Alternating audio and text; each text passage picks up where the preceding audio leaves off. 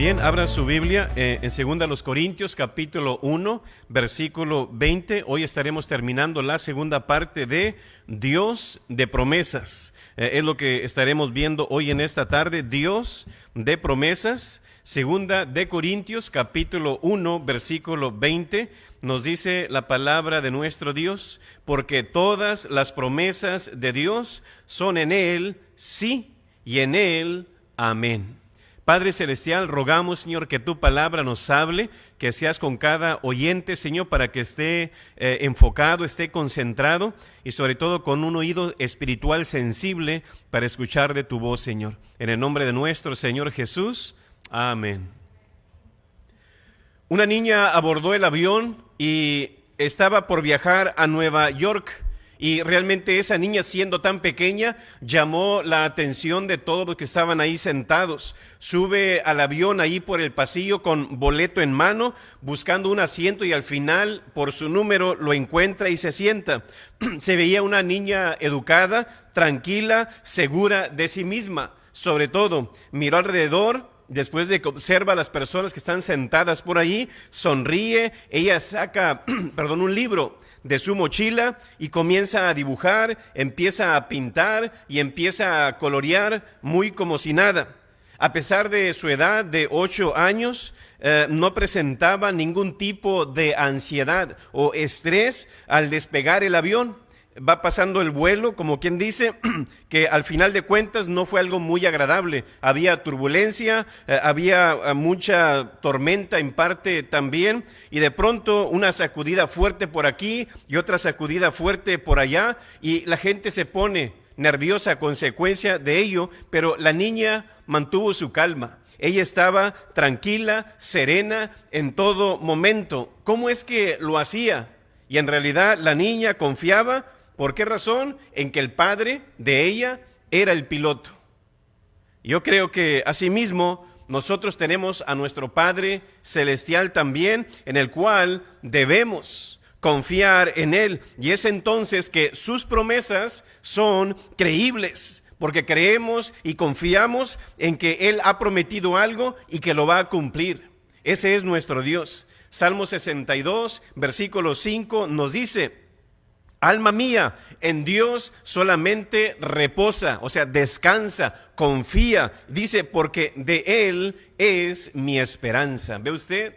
Y hay muchos que son prisioneros de esperanza, como dice la palabra. Y muchas veces nosotros hacemos promesas y no las cumplimos. Por ejemplo, tal vez usted hoy hizo una promesa a Dios, o le hizo una promesa a su familia o algún compañero de trabajo, no lo sé.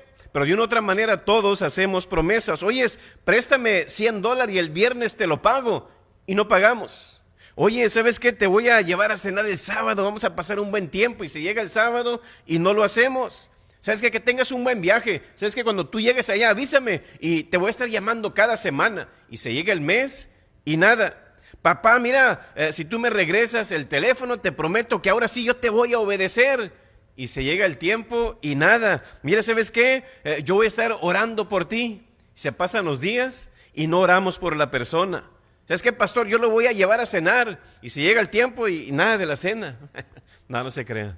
Pero todos estamos haciendo promesas de una o de otra manera. Yo creo que una buena definición de promesa es: una promesa de Dios es una palabra y un acto a la misma vez, con los que una persona asegura o promete que va a hacer una cosa siempre y cuando las cosas o las condiciones se cumplan.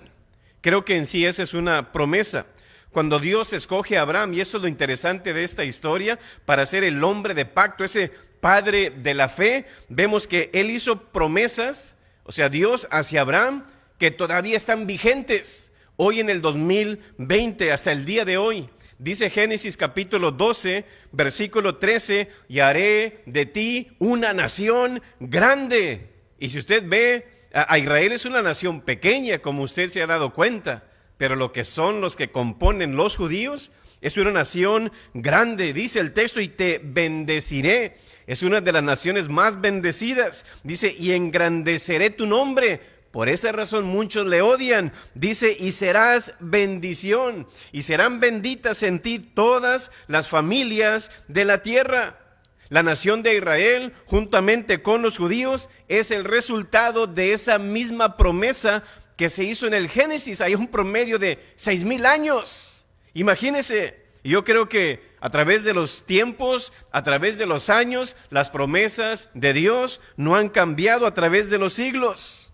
Y a través de esa promesa, vemos que a través del linaje de Abraham sale el Salvador, que es nuestro Señor Jesús, cuyo propósito fue y es bendecir a todas las familias de la tierra. Aún fíjese lo interesante que no solamente para los judíos y no solamente que sale el Mesías, fíjese lo que dice Pablo referente a nosotros, una promesa que fue hecha casi 6,000 años atrás. Dice el texto en Gálatas 3:29, si vosotros sois de Cristo, si tú eres cristiano, si has nacido de nuevo, dice Pablo, ciertamente linaje de Abraham sois y herederos según la promesa. Entonces somos benditos en esa familia de la fe de nuestro Señor Jesús. Así que la promesa que hizo Dios hace miles de años sigue vigente, sigue actual hasta este día. Y la bendición de la promesa está disponible para todos aquellos que viven por la fe y que creen en Cristo Jesús. Así que cuán importante es tener conocimiento de las promesas de Dios, promesas que todavía están ahí para nosotros. Y vimos en la primera parte que de todas esas promesas, hoy en esta mañana, contiene promesas generales y contiene promesas específicas. Y aparte de esas promesas generales y específicas, también las hay las incondicionales y las condicionales. Y sobre todo, como mencioné en la mañana, la promesa de promesas. ¿Cuál es esa? Que Cristo Jesús vino a darnos ese perdón de pecados. Esa es la mejor promesa para nosotros y para todo el mundo también. Ahora, el hombre, como hemos enseñado, por naturaleza promete muchas cosas de las cuales no cumplimos por una razón u otra razón, pero nosotros como cristianos confiamos en un Dios que promete. Y sabemos que Él sí cumple, no como nosotros. Y aparte también puede llevar a cabo sus promesas. Y de lo que aprendimos hoy fue, primero, ¿quién puede acogerse a las promesas de Dios? Segundo,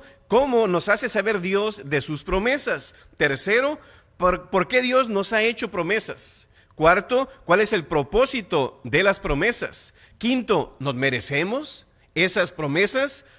Sexto, ¿cómo podemos estar convencidos de que Dios cumplirá sus promesas?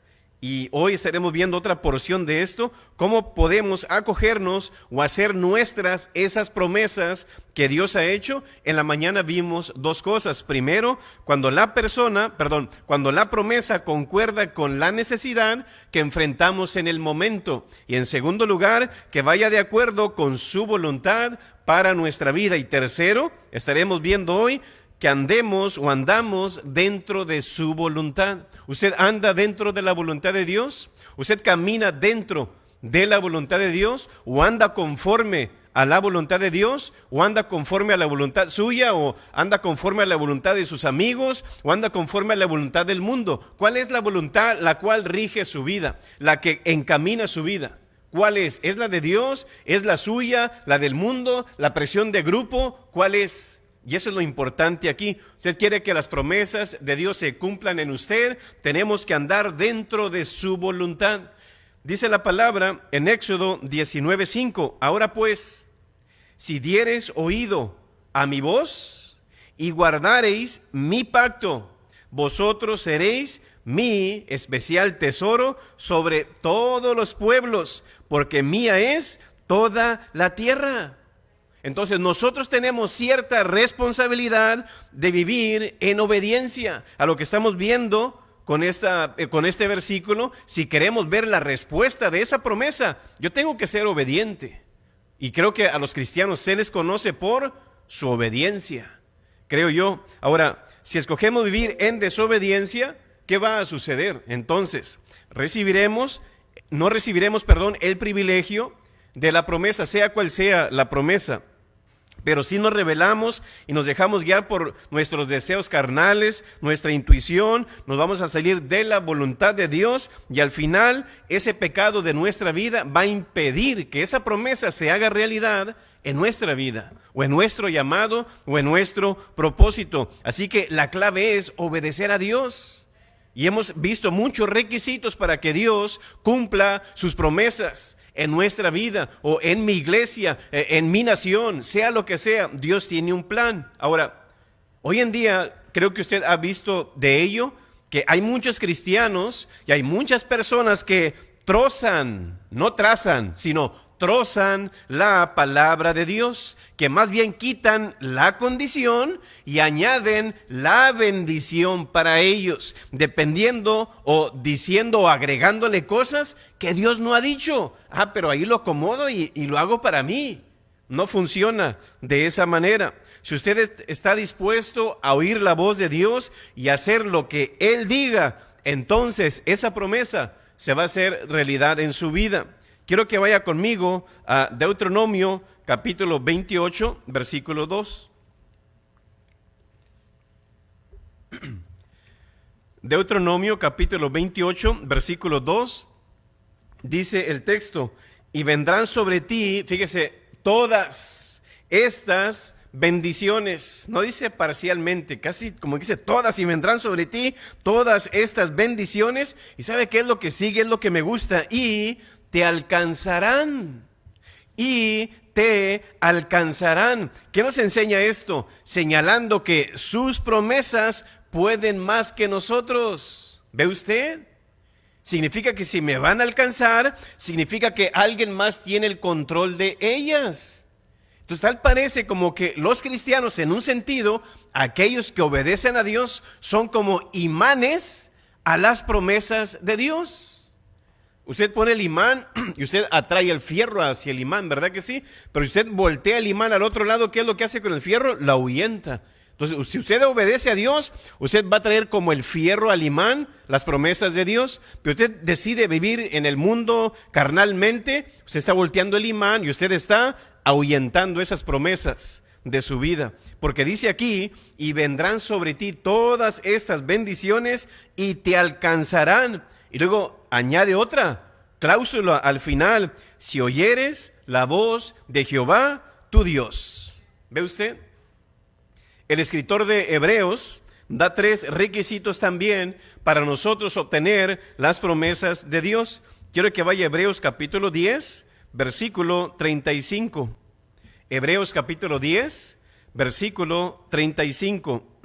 Dice el texto: no perdáis pues vuestra confianza. ¿A qué se refiere aquí el escritor con confianza? Para mí es fe, confiar, pues fe. Y luego dice que tiene grande galardón, porque os es necesaria, la paciencia.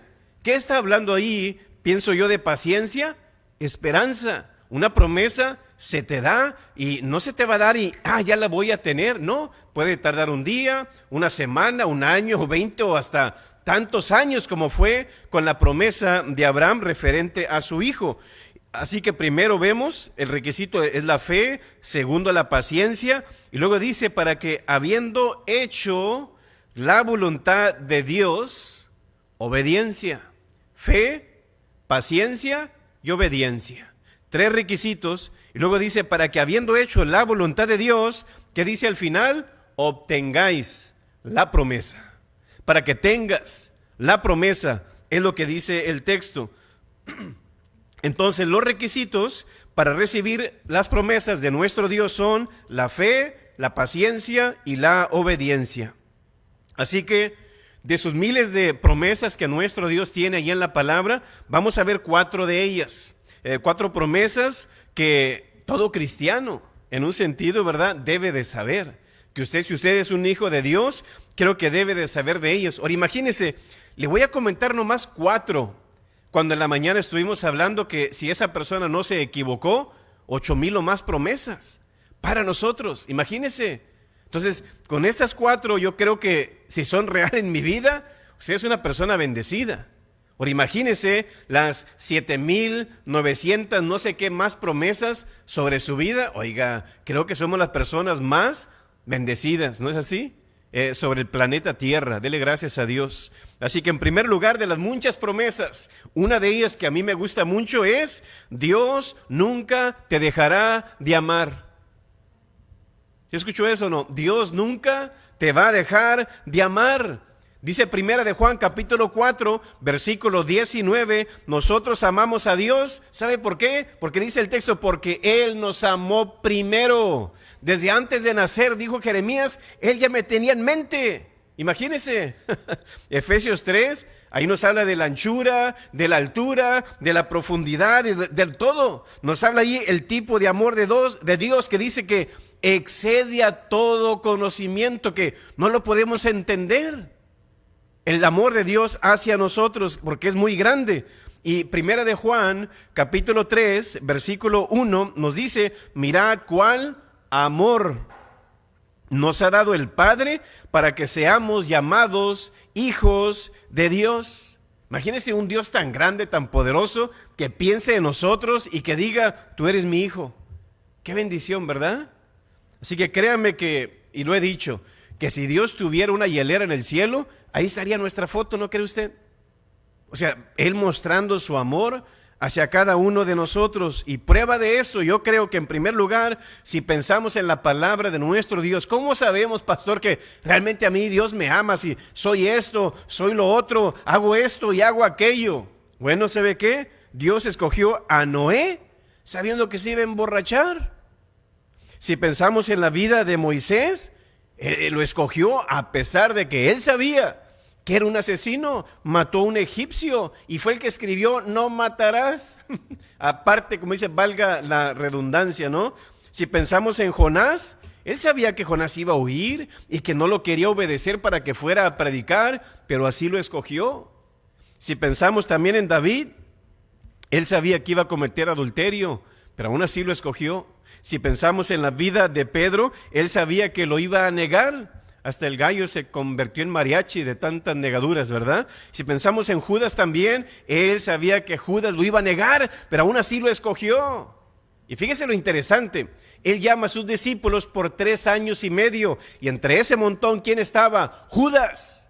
Cuando una persona le dice algo a usted, oye, ¿supiste lo que aquel anda diciendo de ti? ¿Cómo se pone usted? Como que usted guarda una distancia y como que guarda cierta percepción contra esa persona. Pero fíjese, Jesús no hizo nunca diferencia con él. Siempre le mostró la misma actitud y el mismo amor, tanto a Judas como a los demás. Qué interesante es eso de nuestro Dios, ¿verdad que sí? Y aún así aparte todavía, hasta le dice, amigo. No le dice, enemigo, ¿a qué vienes? Y le da el beso y, órale, échenselo. No, amigo, ¿a qué vienes? Como todavía, arrepiéntete, hombre, tienes tiempo. Wow, y aún en aquella ocasión cuando estaban comiendo ahí, la cena hasta le dice, mira lo que vas a hacer, hazlo más pronto. Ya saben, no, pues es que voy a cambiar. No, pero aún así el Señor lo amó. A pesar de eso, Dios te ama y te eligió a pesar de tus pecados. Fíjese, nosotros, Dios nos ha perdonado. ¿Cómo éramos antes? ¿Cómo era usted antes? No éramos unas buenas fichitas que digamos, pero aún así Dios le perdonó, le salvó y le escogió para que fuera hijo suyo. Así que Dios nos ama, no tenga duda de ello. ¿Y sabe por qué? ¿Y cómo yo sé que Dios me ama? Vemos todo el contexto de la palabra. Nos ama porque nos hizo a su imagen. Cuando vemos un niño hermoso, ¿qué decimos? Ay, se parece a mí. Pero si está feíto, ¿qué decimos? Ay, se parece al abuelo. ¿Verdad? Como que queremos que lo bonito se parezca a nosotros. Pero fíjese, Dios nos hizo a su imagen. Si no nos amara como nombre, tú vas a ser imagen de un buey o de un caballo, un pájaro. No, a imagen de Él nos hizo. En segundo lugar, envió a su único hijo a morir por ti. ¿Usted daría a su único hijo para pagar por las culpas de los demás? Yo creo que usted le pensaría, ¿no cree usted? No, pues que pague por las suyas cada quien. Pero Él lo envía a morir por nosotros. En tercer lugar, ha perdonado todos nuestros pecados. El perdón de Dios hacia nosotros no es condicional, fíjese nomás. Y en cuarto lugar, quiere que pasemos la eternidad con Él. ¿Usted por qué se casó con su esposa? Porque la amaba, ¿verdad que sí? Una persona a quien no se ama, ¿usted no está dispuesto a pasar toda su vida con esa persona? Pero imagínese que Dios quiera pasar la eternidad con nosotros. Oiga, es una señal de que nos ama, ¿no cree usted? Así que dele gracias a Dios, eso es amor. Dice la palabra en 1 de Juan 4:10, en esto consiste el amor, no en que nosotros hayamos amado a Dios, sino en que Él nos amó a nosotros y envió a su Hijo en propiciación, o sea, en lugar de nosotros, fíjese nomás, puso a su Hijo. Miren nomás, ¿quién haría eso? De tomar el lugar de alguien más. Todos sabemos Juan 3:16 de memoria, ¿no es así? Porque de tal manera amó Dios al mundo. Pero si nos vamos a 1 de Juan, capítulo 3, versículo 16, ese es otro detalle, ¿verdad que sí? Léalo y se lo dejo de tarea. Así que Dios nunca te dejará de amar. De las muchas promesas, esa es una de ellas. Con amor eterno te he amado, dice la palabra. Imagínense, con amor eterno, no condicional, ¿verdad? Segundo lugar, Dios te perdonará aunque hayas pecado contra Dios. Miren nomás que qué bendición, ¿no cree usted? Dios te perdonará aunque hayas pecado contra Él. Imagínense qué bendición. Cuando Jesús estaba crucificado, aún estando ahí crucificado, fíjese nomás, Padre, perdónalos porque no saben lo que hacen. No, sí saben, fíjate lo que andan haciendo. Se merecen que los mandes al infierno. Señor, perdónalos porque no saben lo que hacen. Y el ladrón estando ahí como, un hombre en esa condición no pide por estos. Amor, por eso, Señor, acuérdate de mí. Cuando Él estaba crucificado, ¿sabe cuál era su actitud hacia aquellos que le estaban flagelando también? Escuche esto. Segunda de Corintios capítulo 5, versículo 19, dice que Dios estaba en Cristo. O sea, Jesús era Dios y Dios ahí estaba con Él. Y fíjese que Dios estaba en Cristo reconciliando consigo al mundo. Mira, a través de tu muerte voy a descargar mi ira sobre mi Hijo para yo perdonar los pecados de todo el mundo. Y es lo que Dios estaba haciendo en ese momento, de esas horas que estaba ahí y que se puso negro el cielo. Él estaba reconciliando, Dios, su relación con el mundo. Dice, consigo al mundo, fíjese lo que sigue, no tomándoles en cuenta a los hombres sus pecados. Mientras Él estaba crucificado ahí, ¿qué dijo Dios? Mira, están haciéndole esto, están haciéndole lo otro a mi hijo, no se lo voy a tomar en cuenta. ¿Qué le parece? Como decíamos cuando éramos chiquillos, ¿cómo te quedó el ojo? Para que usted vea el amor de Dios. El perdón de Dios es mayor que tu pecado. Nosotros no entendemos eso, somos humanos. Nosotros vemos que una persona falla y de volada ponemos ahí una tachita. Dios no es así. Dios es diferente. Primera de Juan capítulo 1, versículo 9 nos dice, si confesamos nuestros pecados, Él es fiel y justo para perdonar nuestros pecados. Y aparte dice, y limpiarnos de toda maldad. Aparte de que Él te perdona, limpia tu conciencia para que ya no tengas culpas. ¡Qué bendición! Entonces la condición, yo quiero que Dios me perdone. ¿Qué es lo que tienes que hacer? Confesarle tu pecado. Así de sencillo nomás. ¿A quién? A Dios. Porque dice el texto, si confesamos nuestros pecados, dice ahí, ella, porque algunos van, Virgencita, perdónanos, o a tal cosa, perdón. No, dice Él, Dios. Vaya directo. Como dice la hermana Carvajal, ¿para qué te vales de santo sabiendo tan buen Dios? ¿Verdad? Él es fiel y justo para perdonar nuestros pecados y limpiarnos de toda maldad. También dice la palabra en Isaías 1:18, venid luego, dice Jehová, y estemos a cuenta, vamos a arreglar cuentas, tú y yo. Mira, tú has fallado, yo soy santo y limpio, mira, podemos arreglar algo, ven para acá. Es lo que Él quiere siempre, arreglar cuentas con el hombre. Dice, si vuestros pecados fueren como la grana, un rojo muy intenso, como la nieve, serán emblanquecidos. Si fueren rojos como el carmesí, vendrán a ser como blanca lana. ¡Qué bendición!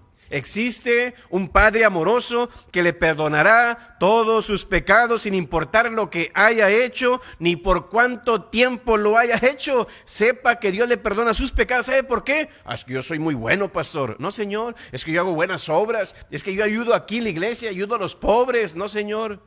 ¿Sabe por qué? Es que porque me he sentido culpable, entonces yo creo que Dios me va a perdonar. Hay personas que piensan eso, ¿verdad? En segundo lugar, porque usted le promete, Señor, te prometo que no lo voy a volver a hacer. Ahora sí Dios me va a perdonar. Pastor, o yo creo que yo le prometo a Dios que voy a ser una mejor persona. No. Pastor, yo prometo en que voy a cumplir un voto, me voy a ir de rodillas. No, Señor. Nada de eso. Dios perdona el pecado solamente por una razón. Es que yo voy a la iglesia, es que yo me porto bien, es que yo hago esto. No, Señor, Dios solamente perdona el pecado por una razón. Efesios 1:7 nos da la respuesta. Dice, ¿en quién? Y usted lea el contexto y está hablando de Jesús. Dice, ¿en quién tenemos redención por su sangre? ¿Ve usted? En quien tenemos redención por su sangre, el perdón de pecados según las riquezas de su gracia. Una ocasión, mientras el pastor estaba predicando, entra un nuevo visitante y va y se sienta con un hermanito diácono ahí de la iglesia. Y el pastor pregunta, ¿verdad? Bueno, ¿quién es el nuevo visitante? Póngase de pie y preséntese. Y el hermano ahí le dice, pastor, se llama Andrés, pero le decimos Naamán. ¿Naamán? ¿Pero por qué le dicen Naamán? Porque tenemos que bañarlo 7 veces para que quede limpio. Pero ¿sabe qué? Ningún agua podrá limpiarte como la hace la sangre de Cristo. Solamente la sangre de Jesús. Dice Lucas capítulo 1, versículo 77, para dar conocimiento de salvación a su pueblo para perdón de sus pecados. Creo que usted ha cantado ese bonito himno, ¿no es así? La sangre de Cristo tiene poder para deshacer lo que hay en mi ser. La sangre de mi buen Jesús, preciosa sangre carmesí, que derramó allá en la cruz, ha sido suficiente para mí. ¿Sí o no? Himnos que están basados y fundamentados en la palabra de nuestro Dios, ¿no es así? Así que de las muchas promesas que nuestro Dios nos da en la palabra, vemos de que miles, pero una, Dios nunca te dejará de amar. Segundo, Dios te va a perdonar aunque hayas pecado contra Él, siempre y cuando te arrepientas y se lo confieses. En tercer lugar, Dios nunca te va a abandonar. Dios nunca te va a abandonar, aunque usted se sienta solo, aunque no haya nadie ahí en su casa, usted no está solo. El Señor ahí está. Dice la palabra en Deuteronomio 31:6, esforzaos y cobrad ánimo, no temáis ni tengáis miedo de ellos, porque Jehová tu Dios es el que va contigo, no te dejará ni te desamparará. Dice, pastor, ese era para cierto grupo en el Antiguo Testamento. ¿Oh, sí? Pues fíjese que Hebreos lo aplica a nosotros en nuestro tiempo también. Hebreos 13:5, no te desampararé ni te dejaré. Así que se aplica este versículo siendo un versículo general o promesa general para cada uno de nosotros también. Quiero que lea conmigo en Salmo 121, versículo 5. Salmo 121. Versículo 5 nos dice, Jehová es tu guardador. Y luego fíjese lo que sigue enseguida, Jehová es tu sombra a tu mano derecha. A mi mano derecha, Dios es una sombra. Es algo simbólico lo que está diciendo el texto aquí. Él se está comparando con una sombra para que podamos entender la omnipresencia de nuestro Dios. Pero fíjese, porque hay un principio aquí en esta sombra que Dios nos quiere enseñar, porque hablamos, Dios nunca me va a abandonar. Bueno, ¿cómo es eso? Mira, y Él simbólicamente hablando, yo soy como una sombra, dice Dios. En primer lugar, ¿qué nos enseñan las sombras? La sombra nunca te deja. Voy a correr bien rápido y la sombra se va a quedar atrás. ¿Usted puede hacer eso? No, ni Flash. La sombra siempre va a estar con usted. Usted se mueve para allá, se va a la sombra. Se mueve para acá, ahí está la sombra. Cuando usted se mueva, la sombra va a estar ahí con usted. Así es, así como la sombra te sigue, así es Dios también. En segundo lugar, vemos que las sombras dan frescura y descanso. Usted se siente, uy, qué solazo, y usted busca una sombrita, ¿verdad que sí? Como que refresca, como, ay, da descanso, da paz, da frescura. Así es nuestro Dios también. En tercer lugar, también vemos, hablando de descanso, dice la palabra, venid a mí todos los que están trabajados y cargados, y yo los haré descansar. Pero tres, las sombras siempre aparecen más grandes que el objeto. Pega la luz aquí, puede ser un ratoncito, pero allá se ve como un dinosaurio. ¿No es así? Así es nuestro Dios también, grande y poderoso, para que tú puedas entender ello. Y cuarto, la sombra siempre es el reflejo de la luz. ¿No es así? Y ese es nuestro Dios. Nuestro Dios es luz. Él siempre está ahí. Y por muy sencilla que sea la chispita, y usted está en un cuarto, pero de los más oscuros, pero una pequeña chispita de luz alumbra el cuarto. ¿No es así? No sé si usted ha estado acostado y se ha acostado con un ple. No sé cómo se dirá aquí, pero en mi tiempo un ple era como una sábana, y usted le tallaba ese ple así por debajo, estaba bien oscuro el cuarto, le tallaba las manos y como que hacía static y saltaban bastante chispitas. Oiga, se iluminaba todo ahí adentro. Digo, wow, chispitas tan pequeñas para que usted vea lo que es la luz. Y así es nuestro Dios, va a alumbrar tu vida y va a alumbrar tu camino. Y dice en Salmo 94:14, porque el Señor no abandonará a su pueblo. Es una promesa. Fíjese usted, aquí es una promesa general para todo el pueblo de Dios, pero específicamente para un grupo. Y vemos también en Salmo 37:28, porque el Señor ama la justicia, y lo dice, y no abandona a sus santos. Y no abandona a sus santos. Aún Jesús, cuando Él vino aquí a la tierra, ¿qué fue lo que Él dijo antes de irse? Hey, me voy a ir, pero ¿saben qué? Les voy a enviar un consolador para que esté con vosotros para siempre. Así que nunca nos deja solos. También dice la palabra en Salmo 27:10, aunque mi padre y mi madre me dejaren, con todo Jehová me recogerá. ¿Ve usted? Él siempre está ahí. Esas son promesas para nosotros, como sus hijos. Y fíjese, nomás estamos en 3. Oye, ya con estas, oye, estamos bendecidos, ¿no cree usted? Que Dios nunca me va a dejar de amar. Uy, con esa nos conformamos. Y luego también que aparte va a perdonar todos mis pecados, aunque yo peque contra Él. Usted está enseñando una falsa doctrina, pastor. Usted no es pecador. ¿No ha pecado hoy en este día usted? Porque la ley dice, no dejando de congregarnos. ¿Se congregó? No, pues ya falló. Así que está molado. Pero ve usted la gracia de Dios. Tercer lugar, Dios nunca te va a abandonar. Y en cuarto lugar, Dios suplirá todas mis necesidades. ¿Sí escuchó eso? Dios suplirá todas mis necesidades.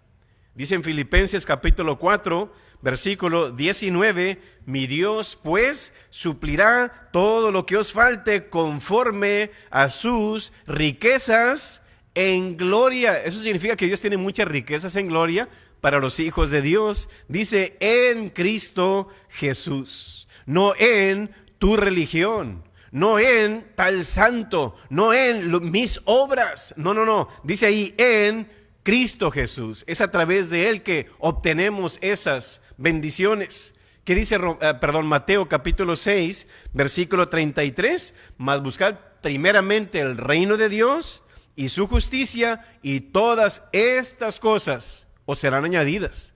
Ahí está hablando de cosas. ¿Cuáles son las cosas? Vea el contexto. Está hablando de alimento y abrigo, y porque a veces queremos agregarle otras cosas, ¿verdad? Y también dice en Salmo 37:25, joven fui y he envejecido y no he visto justo desamparado. ¿Ve usted? ¿Usted se ha muerto de hambre? ¿Usted le ha faltado algo para que usted sobreviva en esta tierra? Creo que no. Por eso estamos como estamos, ¿verdad? Estamos bendecidos, ¿verdad? Así que, ¿estás dispuesto o dispuesta a esperar en la voluntad de Dios, aunque las cosas vayan en tu contra? Imagínense. Porque muchos hoy en día claman y tocan la puerta a Dios, y al final, no, pues Dios está tardando en responder. Oiga, se van y le tocan la ventana al diablo. No, tiene que esperar en Dios. ¿Quiere usted la bendición de Dios? Tiene que esperar en Él. Poner, por ejemplo, nuestra confianza en la economía, poner nuestra confianza en las circunstancias, poner nuestra confianza en nuestro jefe o en nuestra cuenta bancaria, aunque está en cero, como quien dice, ¿verdad? Pero fíjese nomás, aquí yo creo que no es una buena idea. Todo eso se va a acabar. Todo mundo nos va a fallar de una o de otra manera, pero ¿sabe qué? Dios es fiel y Él es nuestro proveedor. Él es quien nos sustenta, Él es quien nos cuida. Y no importa si hay una crisis financiera y aunque la nación entre en una recesión, Dios nos va a proveer. Él lo prometió y lo va a cumplir. Dice nuestro Dios que Él va a suplir cada una de nuestras necesidades. No necesidades, sino necesidades. Y fíjese lo que dice Primero de Reyes 8:56. Primero de Reyes, aquí Salomón declaró una promesa. Primero de Reyes 8:56 dice: bendito sea Jehová que ha cumplido su promesa y ha dado reposo a su pueblo Israel. Ni una palabra ha dejado de cumplir de todas las maravillosas promesas dadas por su siervo Moisés. Fíjese nomás, por lo que vemos, Salomón leía la Biblia, lo que era el Pentateuco, los 5 libros. Se dio cuenta que todo lo que él leyó allí, se puso a leerlo en su tiempo y como, oye, están cumplidas en nosotros, Dios nos ha bendecido. Se dio cuenta que Dios había cumplido, dice, todas las maravillosas promesas dadas por su siervo Moisés. Dice en 2 de Pedro 1:4, por medio de los cuales nos ha dado preciosas y grandísimas promesas. Una ocasión había una hermana que ella tenía mucha fe y amaba mucho a Dios y siempre esperaba en Dios. Dios era primero, segundo y tercero y cuarto en su vida. Ella se paraba ahí en el corredor de su casa, en el patio, y alababa a Dios. Dios te bendiga, y empezaba a cantar coritos. Solo Dios hacía al hombre feliz. Gozo, gozo, gozo yo quería. Y empezaba a cantar el Señor ahí saliendo, y todo el mundo, y todos los vecinos ahí le escuchaban. Y tenía un vecino que la odiaba, como quien dice, un poco a la viejita esta, o a la ancianita. Y le decía a este hombre cuando salía y empezaba y cante y cante y cante: ¡ay, Dios no existe! No te creas, son unos ignorantes y no sé para qué andan creyendo en eso. Y le echaba cosas a esta hermanita. La señora empezó a pasar por tiempos difíciles al pasar los días y oró al Señor para que el Señor suple mis necesidades. Señor, provéeme. Y ella va a su corredor y ahí ella empieza otra vez a cantar y a gritar: alabado sea el Señor, Dios mío, necesito comida. Estoy, Señor, pasando un mal tiempo, así que por favor, mándame algo de comer.